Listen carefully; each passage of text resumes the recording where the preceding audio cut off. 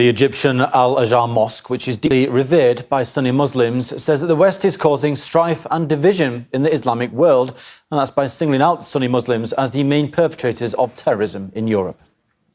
Such statements are part of Western terrorism practiced by some Western officials against the civilization of the East and the civilization of Islam, which awakened Europe from the era of darkness and brutality. Al-Azhar also cautions Muslims around the world that these irresponsible statements fuel sectarian conflicts, sow discord among followers of various Islamic schools of thought, and deepen division, strife, and conflict in our Arab and Islamic world. The French official made the controversial allegations on a visit to an FBI training center in New York, citing the 2015 Paris terror attacks, which saw 130 people killed. He also voiced his disappointment about the US withdrawal from Afghanistan and France's disengagement from the Sahel region of Africa, warning that it could lead to the resurrection of ISIS in the Middle East, highlighting external threats and risks of terrorist attacks. Most Muslims in France belong to the Sunni denomination, so the Interior Minister's statement hit home. We spoke to security expert Boulama Bukati, who said that the actions of a few extremists do not represent Sunni Muslims or Islam as a whole. Of the estimated 1.7 billion Muslims in the world, 90% are Sunnis.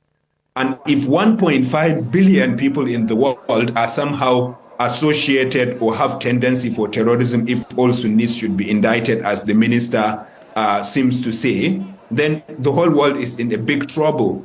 This movement is based on a perverse religious ideology that does not represent Sunni Islam or any version of Islam. Comments like this are unhelpful because they can alienate the majority of the mainstream Muslims who are Sunnis and whose religion has been hijacked by these people who are using religion for bad things. And if you alienate them, then you are never going to win the war. And when you have a French minister, essentially indicting the whole of Sunni Islam, or when you have, other politicians in the US, in Europe, and elsewhere in the world trying to indict the whole of Muslims, then hatred of Muslims and Muslim intolerance would naturally rise. And unfortunately, the more there is Islamophobia, the more the whole community of Muslims are profiled and treated as suspects, the more we are playing into the hands of the terrorists. Because what they are trying to do is to pit the Muslim world against the West.